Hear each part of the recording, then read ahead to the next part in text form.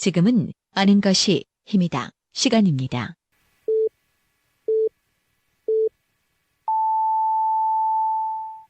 Welcome to the best podcast. Knowledge is power.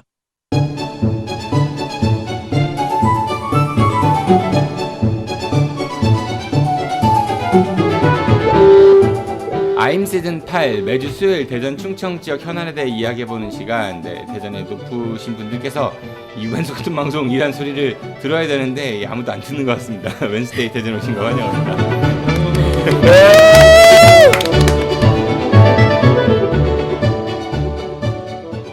청춘을 돌려다오. 안녕하십니까. 여러분은 청춘하면 어떤 생각이 드십니까? 청춘학교.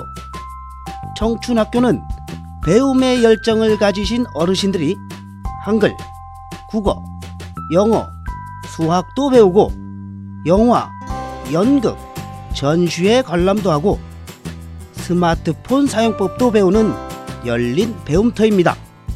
배움, 나눔, 행복이 있는 청춘학교에서는 배움의 열정을 가진 학생과 재능 기부를 해줄 선생님, 그리고 후원자들의 참여를 기다리고 있습니다. 학생 무료, 선생님 무료, 후원회원은 유료. 기부금 영수증 발행됩니다. 전화 042-254-2007번이나 010-6620-8255로 연락 주시면 되고요. 자세한 내용은 다음 카페에서 대전 청춘학교를 검색해 주세요. 감사합니다. 웬스데이 대전 매주 수요일 이번 주는 우효상 팀과 함께합니다. 우효상 팀의 수계 법률사무소 다담 김우찬 변호사 나오셨습니다. 어서 오십시오. 네, 안녕하세요. 김우찬 변호사입니다. 네, 그리고 주당 중도일보 이명 기자 나오셨습니다. 안녕하세요. 네, 그 신경치료는 다 했어요? 술 드시잖아요, 그래도. 치과랑 10번을 가야 된다고 하는데 아직 2번밖에 못 갔습니다. 포기하시고요. 술은 계속 먹고 있습니다. 주당 맞죠. 그리고 대전 참여자치 시민연대 김상기 아름다움 참여팀장 나오셨습니다. 어서 오십시오. 예, 상 김상기입니다. 네, 참여연대가 그 이번 주에 그 후원의 밤이 있죠. 네, 10월 17일 네, 우리 대전 방송 NGO 나간 지원센터에서 NGO 지원센터. 아니 목요일입니다. 우리 방송이 수요일에 나가니까 목요일에. 예, 다음 날. 방송 나간 다음 날 맞잖아요. 예, 왜? 전날이라고 하는 거죠. 네. 저녁 7시입니다. 저녁 식사다 7시 오세요. NGO 지원센터. 네, 모여서 100입니다. 모여서 100. 네, 혹시 시간이 남는 분들은요, 네, 한번 가보시든지 알아서 하시고요. 오시면 많은 변화를 느끼실 거예요. 무슨 변화요? 참여자치연대와 대전시의 변화. 네, 알겠습니다. 오늘은 이명 기자께서 좀 늦게 오셨는데 또 일찍 가야 된대요. 뭐 자기 바쁜 일 있다고 죄송합니다. 먼저 시켜달라고 그래가지고 임 기자님 이야기 먼저 들어보도록 하죠. 이명 기자님은 최근에 그 출입처를 이제 대덕과학연구단지 그 대덕특구로 옮겼잖아요. 네, 그렇습니다. 예, 지난달부터 재미있어요? 되게 어려워가지고 중학생 중2, 3 과학 참고서를 샀습니다. 중2, 3을 무시하는 발언을 하고 있어. 요즘 아니요. 중2, 3이 얼마나 아니 제가 아이고, 그때부터 과학을 네. 놔가지고 과학 기초가 너무 부족하다고 초등학교 판단이 그 돼가지고. 어린이 과학도 전집 이런 거부터 보시고요. 아무튼 뭐 요즘 국감 한참 진행 중인데 이 과학기술계 국감 관련한 이야기를 좀 전해주신다고 했어요? 네, 몇 가지 지금 지난 2일부터 오는 21일까지 20일 동안 국감이 진행이 되는데 몇 가지 이슈를 준비를 해왔습니다. 네. 먼저 그 제가 지금 출입하고 있는 대덕특구 국감은 그 과학기술정보방송통신위원회 네. 줄여서 과방위라고 하는데 빨리 해봐요 다시. 과방위 아니 말고 과학기술. 과학기술정보방송통신위원회. 네, 오. 상임위원회라는 거죠? 네, 상임위원회. 이제 그 줄여서는 과방위라고 하는데 과방위에서 국감을 하고 있습니다. 과방위는 우정석 본부랑 뭐 전파연구원, 전파관리소 등 총 뭐 출연연까지 해서 73개 기관을 73개 기관. 네, 73개 기관에 대한 국정조사를 지금 실시를 하고 있고요. 감사해요. 조사는 또 다른 거예요. 죄송합니다. 국정감사를 진행을 하고 있습니다. 그래서 몇 가지 제가 이제 기사를 썼던 것들에 대해서 준비를 해왔고 재탕 우려먹기. 아니요 그것만큼 제가 잘 아는 게 없으니까. 아, 그래요? 또, 네.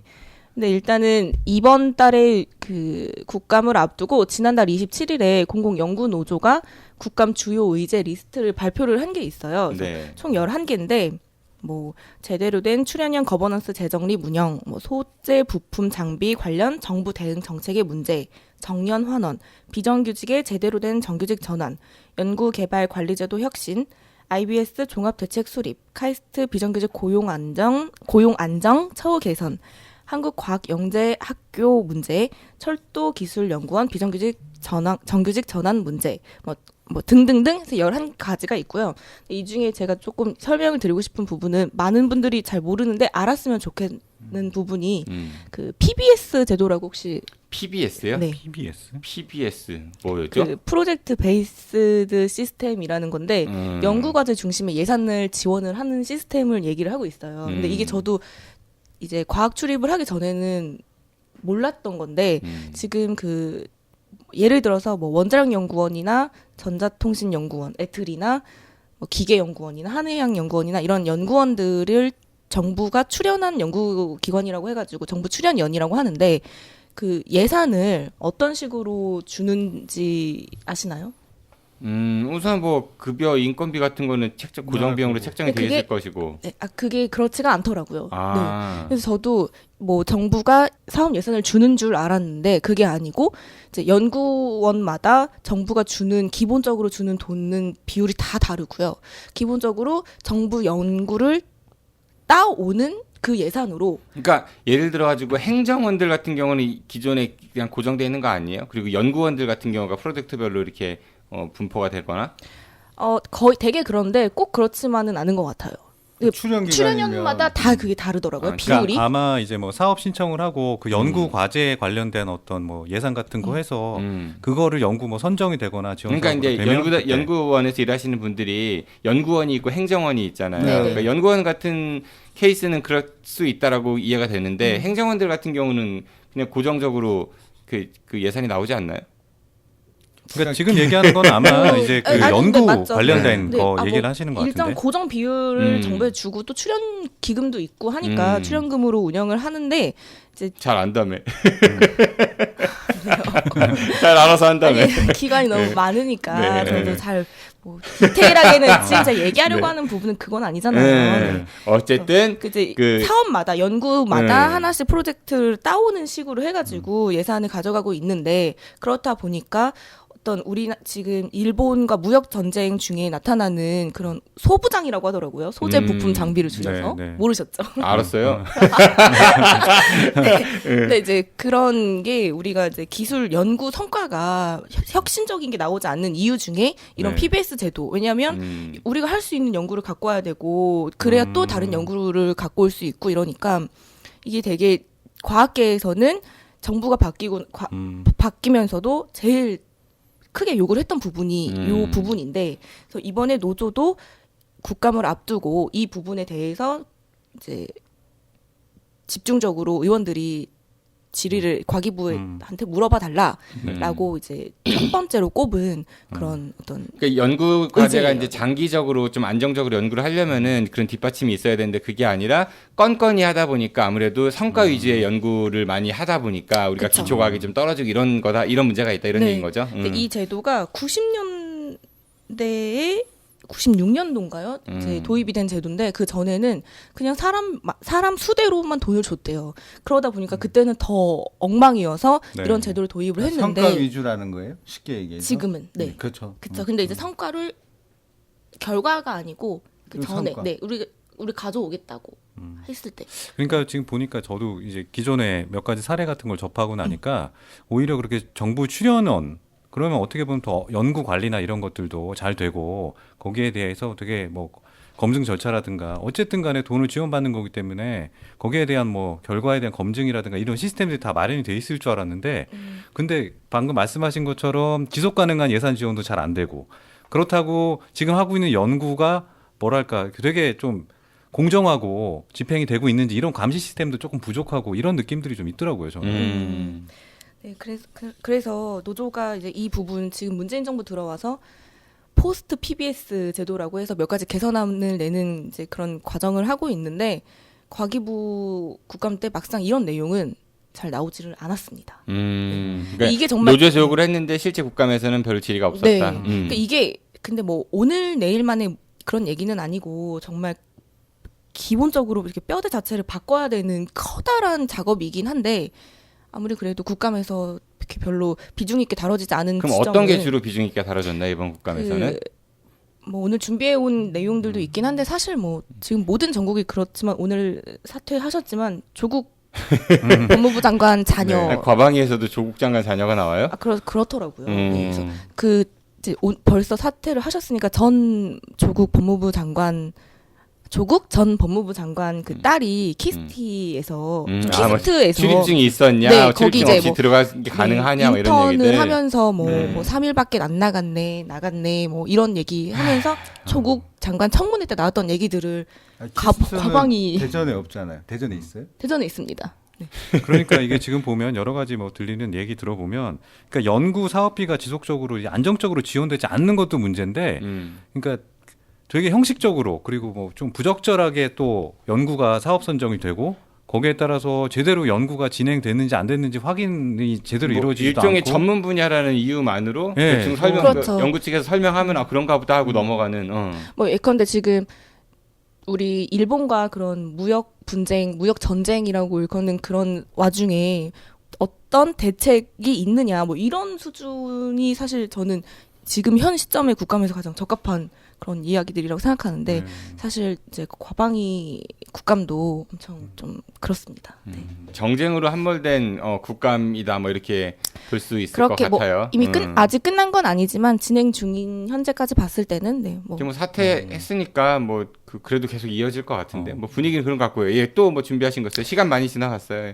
빨리 가셔야죠. 약속 있다며. 네. 그 몇 가지 그냥 이제 간단한 의원들이 이제 국감 시즌이 되면은 기자들한테 보도 자료로 이제 막 그 국감 현장에서 다루지 못하는 세세한 것들을 보도자료로 배포를 하세요. 그러면 제가 그 중에 몇 가지 제가 좀 임요인 스픽이에요. 그러니까. 네, 효인 스픽이라고요. 효인 스픽. 예. 네, 먼저 이제 가까이 있는 우리 편집각인데. 카이스트에 대한 얘기를 먼저 좀 얘기를 하면요. 카이스트 교수들이 실험실에서 이제 실험을 하면서 안전교육. 네, 위험한 뭐 10몇 %라고. 그쵸. 기사를 보셨나요? 네, 이제 기사를 못 본 청취자들을 위해서 이거 정말 중요한 문제 제기를 하는 네. 거예요. 예, 네. 예. 실험실에서 일어날 수 있는 다양한 안전 사고에 대비해서 교수들도 이제 안전 교육을 이수를 해야 되는데 전국에 있는 이제 4대 과기원 중에 카이스트가 최하 위 수준인 19%를 기록을 했다고 합니다. 이거는 더불어민주당 김성수 의원이 제기한 문제고요. 그 예전에 2003년이었는데 그 항공우주학과 실험실에서 폭발물 사고가 있었어요. 그래서 그때 그 조정훈 연구원이 이제 안타까운 사고로 목숨을 잃었거든요. 그래서 그런 사고가 있었음에도 불구하고 여전히 그 카이스트 교수들의 이런 안전 불감증? 불감증, 낮은 안전에 대한 의식 같은 부분이 좀 제기가 됐었고. 그러니까 이공계 실험실은 굉장히 위험한 위험하죠. 약품들을 네. 많이 취급하는데 이런 사고들은 종종 크고 작은 사고들은 많이 일어나는 것 같아요. 보도가 안 되는 것들도 많고. 아니, 그러니까 네. 거기에 대한 문제 제기 답변이 혹시 있나요? 그러니까 왜 19%밖에 보도자료 봤대잖아요. 아니요. 이 부분은 네. 제가 카이스트 전에서도 물어봤어요. 근데 이제 홍보실에서 말씀하시기를 일반 교직원에 대한 교육은 뭐 잘 되고 있는데 사실 교수들이 조금 인식이 안전에 대한 인식이 낮았던 게 있었다. 그래서 학교 관계자가 그렇게 얘기했어요. 교수들이 네. 그 안전의식이 네네. 낮았다. 네네. 그런 부분은 이거는 뭐 데이터로 확인이 되는 수치니까요. 홍보실 그렇게 관계자가 인정할 수밖에 없고요. 네. 기자를 이제 네. 대응하는 게 그렇다고 제가 뭐 교수에 전화해서 왜 네. 교수들의 안전 교육 이수율이 낮습니까라고 여쭤보기는 좀 그렇고 해서 여쭤본 결과 이제 그런 답변을 했고요. 아니 좀 더 취재를 잘하려면은 교수한테 전화해갖고 이수하셨습니까? 왜 안 하셨습니까? 이렇게 가야 되는 거 아니에요? 근데 그거를 뭐 그렇게 할 수도 있지만 넘어가겠습니다. 네. 그리고 또 요것도 되게 가까이 있는데 네. IBS라고 기초과학연구원이 있죠. 근데 거기 중이용 가속기 구축 사업단이 있는데 이제 불공정 채용을 했다는 거예요. 그래서 연구실 내에서 면접을 하는데 뭐 알고 보니 뭐 학교 선후배였고 보통 아는 관계가 있으면은 그 사람은 면접관에서 빠지게 돼 있어요. 제척되게 돼 있는데 이게 그런 게 없이 그냥 진행이 됐다라는 거. 이런 문제 제기가 있었고 그래서 이 중에는 합격을 한 분들도 있어요. 그래서 포기하신 분들도 있지만 지금 현재 있는 분들도 계시고요. 그래서 근데 이제 IBS가 이번 이 중용 가속기 사업단 말고도 그동안에 문제가 되게 많이 있어서 조금 의원의 얘기입니다. 변재일 의원이고요. 네. 중용 가속기 사업단은 출범 초부터 인사 문제로 잡임이 끊이지 않았다며 함께 논문에 이름을 올릴 정도로 가까운 선후배 사이면서도 스스로 제척하지 않은 것은 심각한 채용 비리라고 비판했습니다.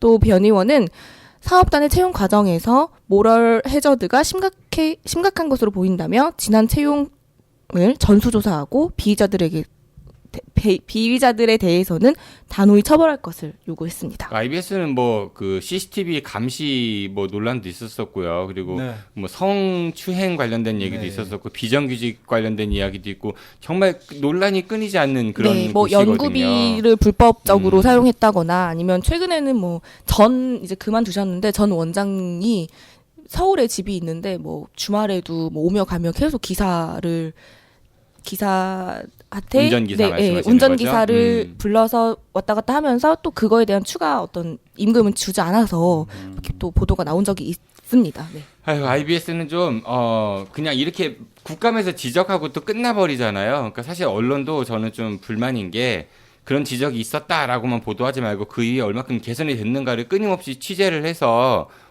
시민들한테 알려주고 여론화 시켜야 되는데 그런 노력들이 별로 없는 것 같아요. 우리 이명 기자님의 이제 대덕 특구를 갔으니까 그런 활약을 한번 좀 기대를 해보면서 네, 시간 다 됐어요. 얼른 가세요. 노력해 보겠습니다. 그 IBS가 문제가 너무 많다 보니까 종합 대책 수립이라고 이제 노조가 한 게 요구를 이제 그 아까 얘기한 그 의제 리스트에 IBS 종합 대책 수립에 대한 의제가 있습니다. 한 개만 마지막으로 할게요. 네, 예. 아니 그거 말고 그냥 제가 한 가지 그냥 대신하면 안 될까요? 말씀하세요. 네. 아니 좀 당부 드리고 싶은 것도 있고 이게 가끔씩 보면 좀 걱정은 되는 게 그러니까 지역의 이제 기자분들하고 그리고 각 연구소 혹은 뭐 지금 카이스트 대학교 그러니까 오랫동안 서로 이제 관계를 맺다 보니까 이 서로 균형과 견제의 관계가 좀 조화롭게 잘 됐으면 좋겠어요. 어떨 때 보면은 이게 잘 이루어지지 않아서 오히려 지역에서 먼저 바로 옆에 있는 대덕 특구에 관한 이런 문제들을 발굴하고 거기에 대해서 견제하는 역할을 해야 되는데 이게 결국 이렇게 국감이나 이제 다른 중앙 언론에서 터져 나오는 게 저는 좀 그러니까 지역 언론은 어떻게 보면 안타깝거든요. 거의 뭐 그 네. 대덕 특구에 홍보실 갔다는 느낌이 들 때도 많아요. 갑자기 언론 뚱땅으로 가버리고. 언론 뚱땅에서 좀 얘기하셔야 되는 내용이라고 생각하는데 그러니까 이명 기자가 투입됐으니까 이제 달라지겠죠. 근데 말씀하신 그 부분에 대해서는 저도 공감을 하고요. 그렇기 때문에 출입처를 계속 조정을 또 필요한 거고 또 저처럼 온 지 얼마 안 된 기자들이 열심히 또 해보겠습니다. 네, 이명 기자의 활약을 기대하겠습니다. 얼른 가세요 이제. 한 개. 시간 많이 잡아먹었어. 하세요. 네. 이거 아니 그냥 이게 당신은 약하고 이제 가면 되니까 이제 나는 늦게 가라. 한 개만 하겠습니다. 아니 이게 뭐 큰 내용은 아닌데 그냥 배고파요. 조금 재밌어서 재미없기만 해봐. 세금 기사 보셨을 수도 있는데 세금으로 출연연 원장들의 휴대폰 할부금을 내서 이번에 국감에서 또 얘기가 나왔었어요. 아이 재밌다. 국가의 문제가 아니고 형사 고발감 아닌가요? 근데 이제 이게 업무용 폰이면은 뭐 근데 그럴 수도 있죠. 업무용 폰은 아니고요. 이제 기관마다 조금씩 다른데 아무튼 이거는 더불어민주당 안양시 만안구 이종걸 의원이 문제 제기를 한 거고 원래 과기부 지침에서는 이제 휴대폰 통신비는 지원할 수 있지만 단말기에 대한 거는 지원하지 말라고 돼 있는데도 불구하고 그게 제도가 바뀐 지 2014년에 바뀌었거든요. 운영 지침이.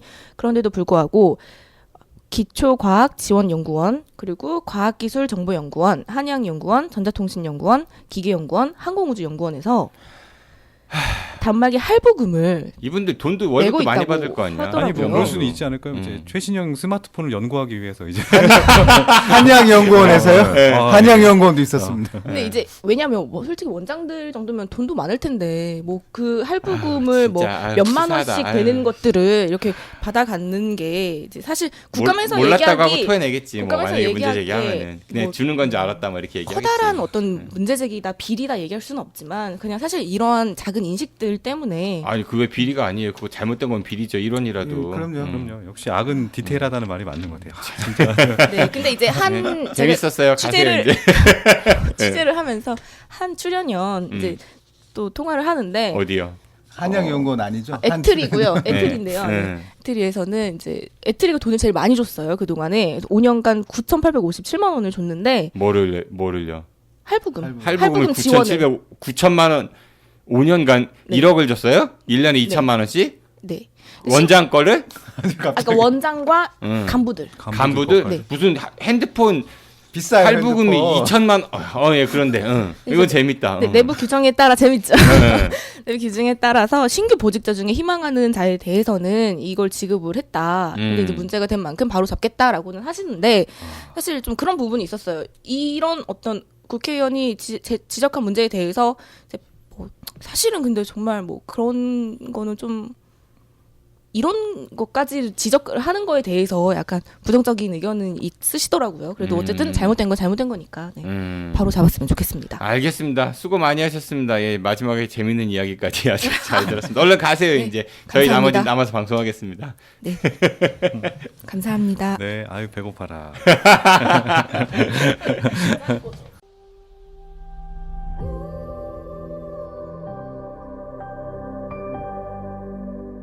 여러분 안녕하세요. 녹색연합 홍보대사 김미화입니다. 여러분 지구를 지키는 방법 뭐라고 생각하세요? 굉장히 어려운 말이죠. 지구를 내가 지킨다?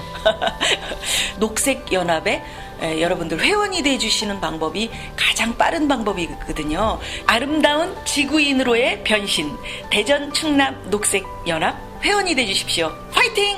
화이팅! 시민에서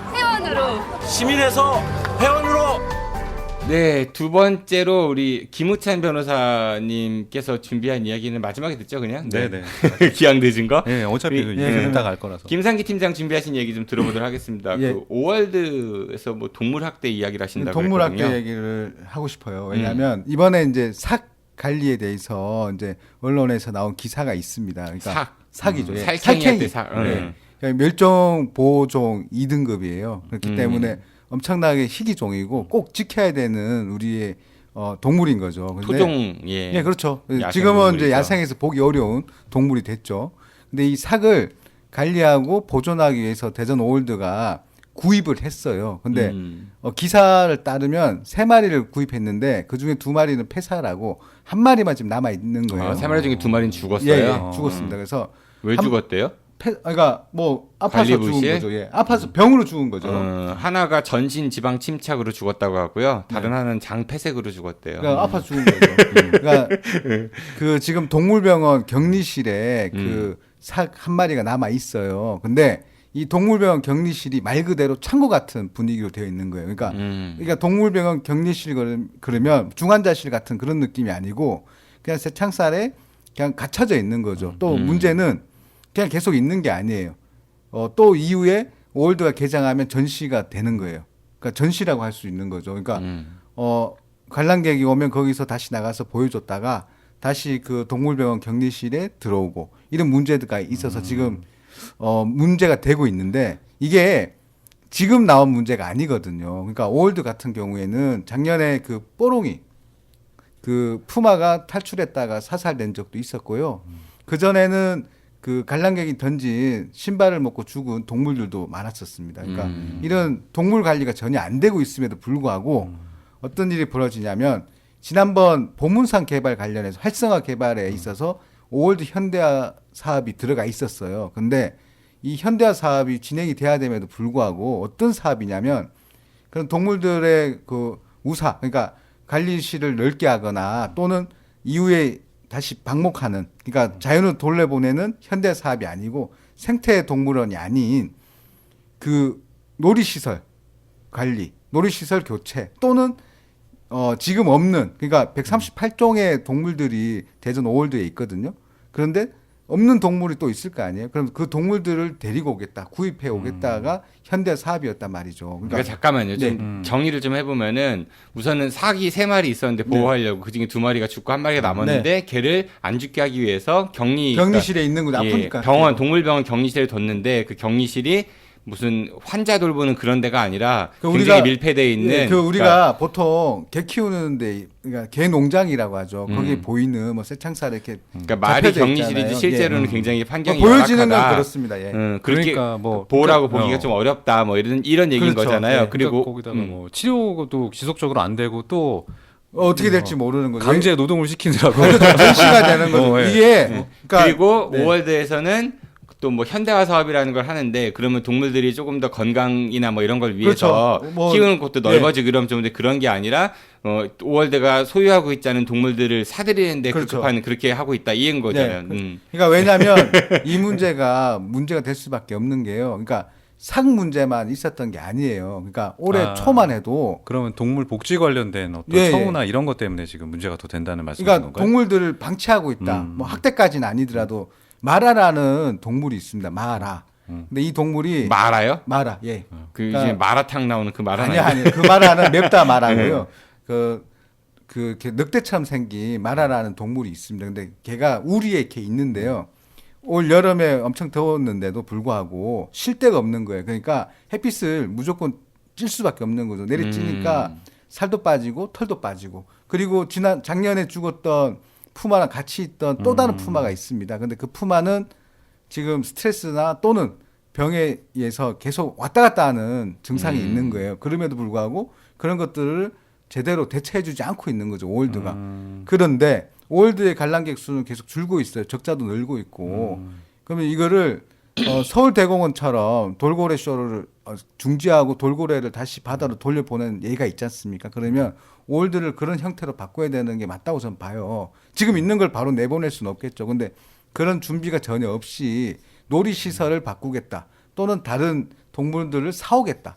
반대로 그렇게 되면 지금 있는 동물들을 다시 내다 팔 수도 있는 거예요. 그러니까 그걸 방목이나 새롭게 자연으로 돌려보내는 게 아니고 내다 팔고 내다 사는 그런 동물 지금 복지나 정책을 진행하고 있다는 거죠. 저는 이 동물원은 과거의 동물원과 지금의 동물원은 분명 다를 것 같거든요. 예전에는 동물원 가서 동물 구경하는 게 하나의 학습, 현장 학습의 네. 체험이고 이런 개념이었다면 요즘에는 동물원은 없애자라는 추세인 그런 거잖아요, 사실은. 그러니까 대전에 있다 하더라도 이런 식은 아닌 거죠. 대전에 동물원이 없었는데 그래서 대전 사람들이 과거에는 아마 김상희 팀장님은 대전에 사신 지가 얼마 안 되니까 우리 김우찬 변호사님하고 저는 우리 대전 전에도 얘기했지만 동물원 없었잖아요. 그렇죠. 동물원 보려면 동물 보려면 서울이나 뭐 전주 이런 데를 전주, 갔어야 네. 되는데 제가 사는 동네도 없었어요. 그런데 이제 대전에도 동물원이 드디어 생겼다고 되게 좋았죠. 그 당시에 그 동물원에 대한 개념 네. 그리고 요즘의 동물원에 대한 개념은 달라진 것 같거든요.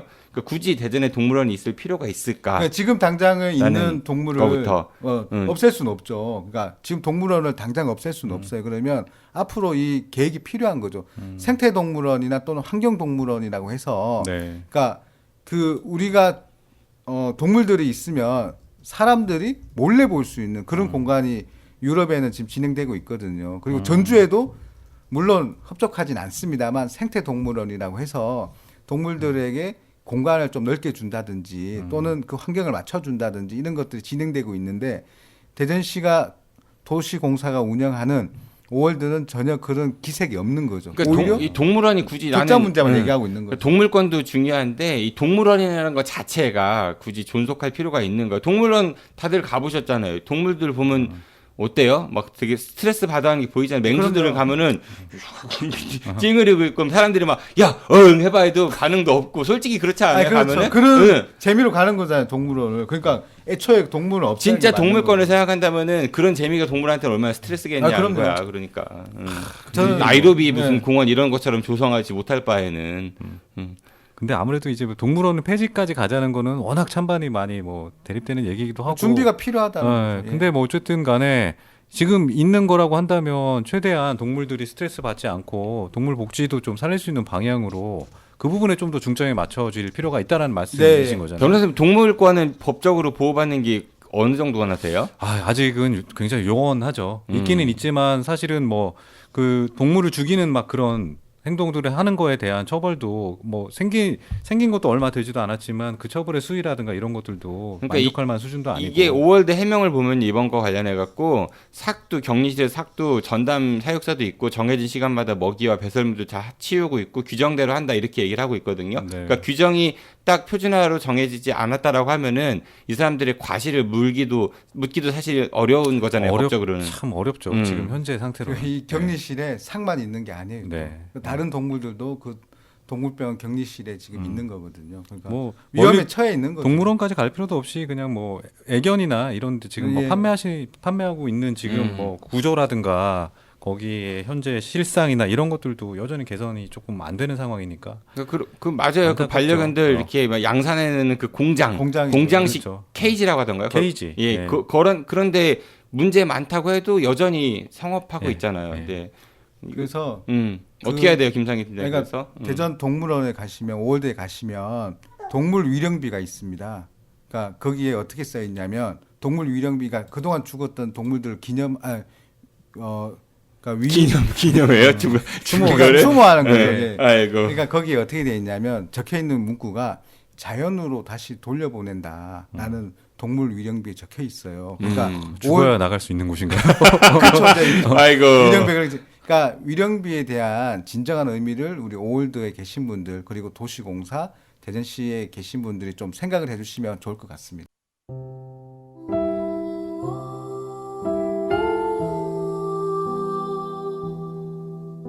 세상에서 가장 긴 무덤.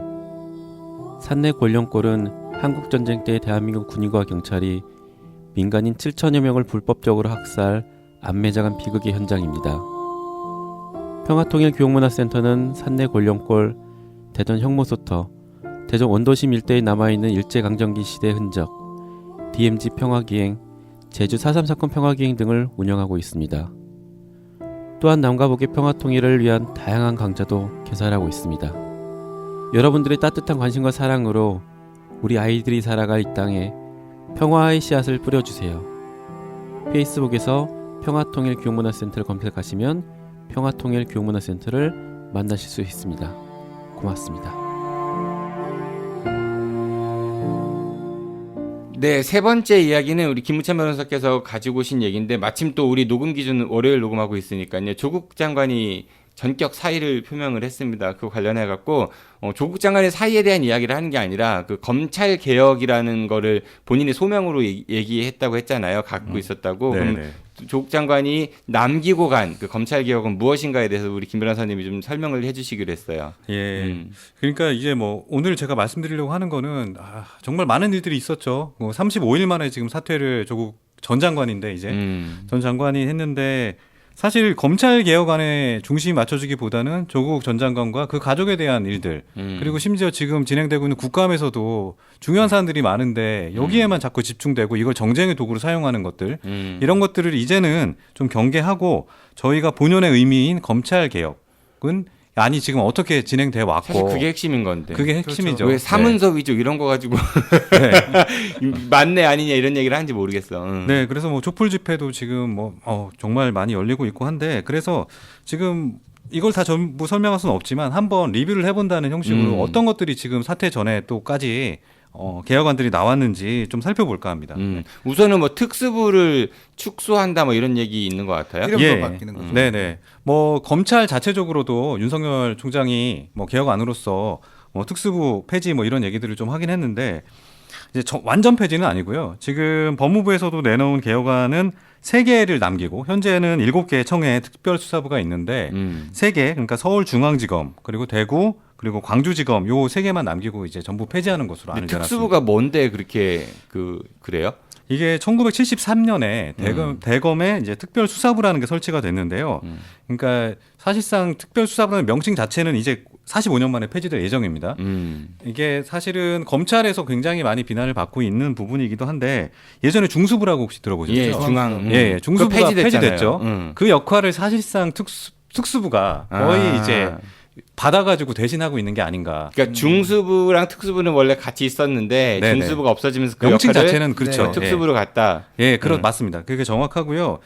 근데 이제 문제는 지금 말씀드린 것처럼 중수부도 결국 문제가 됐던 것들이 검찰이 권한을 좀 남용한다거나 정치적인 어떤 본인들의 입맛에 맞는 수사를 한다든가. 그러니까 이른바 인지수사. 네. 그런 것들을 고소고발이 하면서 들어온 수사보다도 이게 내사랑 뭐가 다른 거예요? 내사는 또 가능한 거 아닌가요? 그것도 안 되는 거예요. 이게 내사는 개념이 완전히 다르고요. 그러니까 예. 다 그 검찰청에서는 내사의 개념이다 이렇게 얘기를 하니까. 네네네. 예. 그거는 사실은 뭐 형식적인 것에 불과하기 때문에. 그러니까 누가 고소고발해서 들어온 사건을 조사하는 게 아니라 검찰 스스로 그렇죠. 이거 한번 연막해야겠다 뭐 이런 거죠. 의도를 네네. 가지고 인지수사를 해서 하는 게 특수부 정식으로 역할이다. 입건하기 전에 단계를 내사라고 보시면 되는데 이제 그거야 뭐 사실 말을 어떻게 하느냐에 따라 다른 거니까 절차상의 문제일 뿐이고요.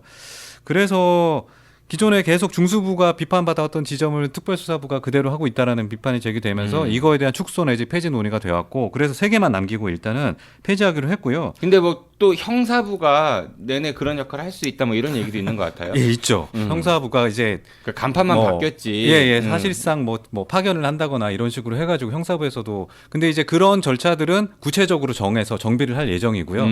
일단은 그 첫 단계로 그러니까 조국 장관이 오늘 사퇴하기 이전에 신속하게 처리돼야 할 개혁안들을 이제 본인이 하고 일종의 화두를 던져 놓은 거죠. 예, 시작은 한 거고 지금 뭐 어쨌든 간에 법무검찰개혁위원회에서 지속적으로 논의를 하고 이걸 구체화하는 작업들을 계속 할 겁니다. 지금 법으로 만든다는 것도 그렇죠. 예.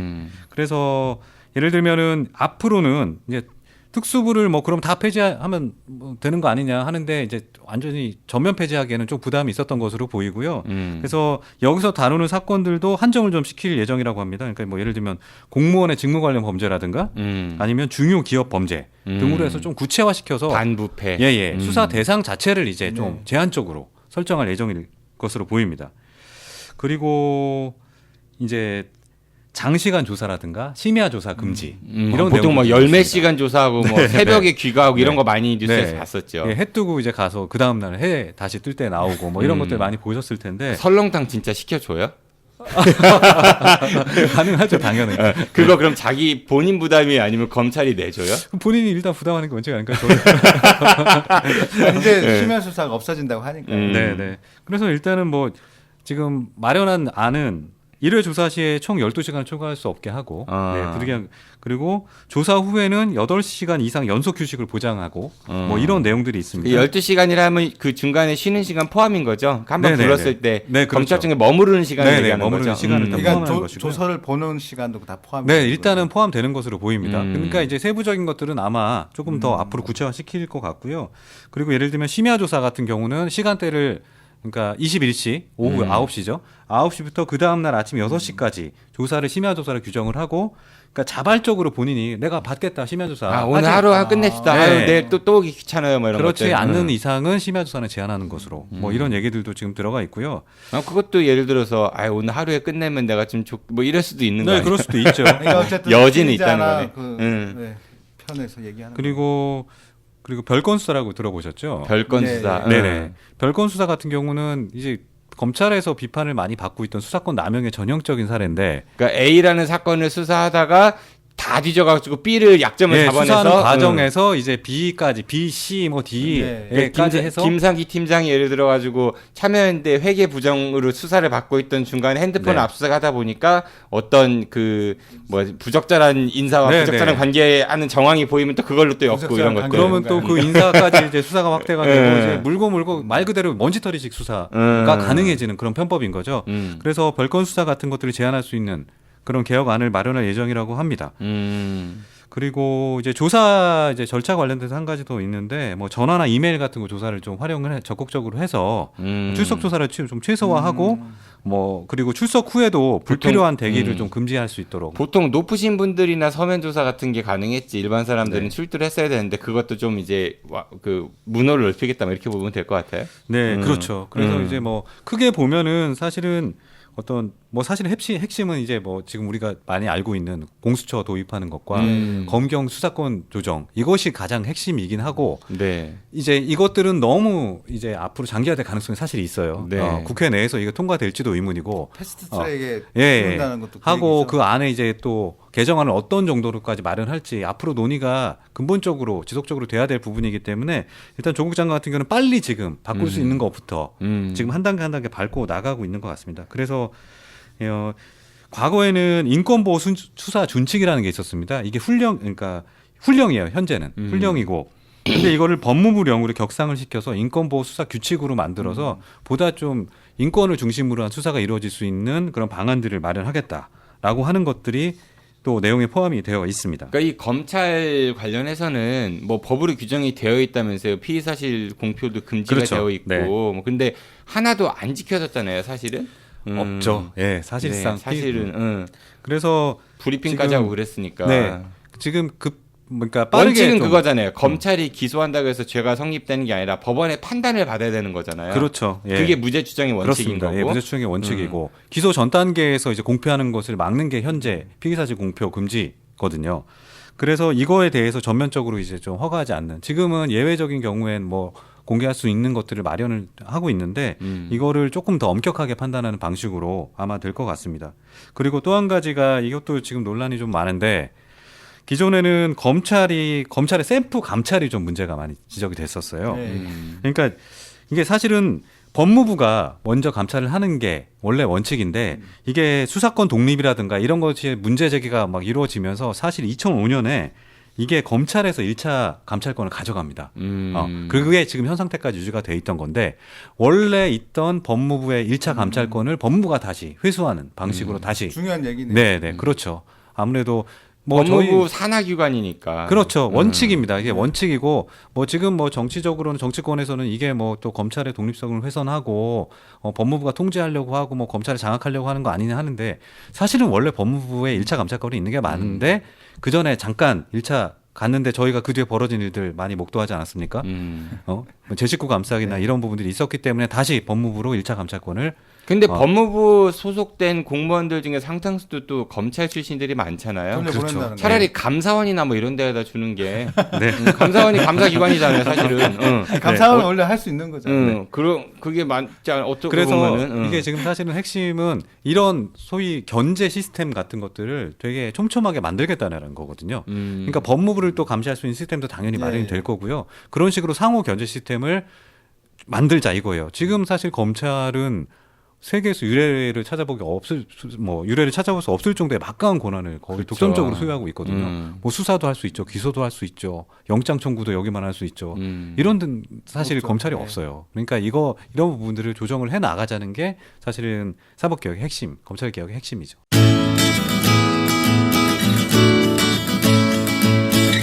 안녕하세요. 대전 충남 민원연의 이기동 사무국장입니다. 아는 것이 더 힘이다. 청취자분들, 대전 충남 민원연 후원 부탁드리겠습니다. 후원해 주실 분들은 042-472-0681로 연락 주시면 감사히 받겠습니다.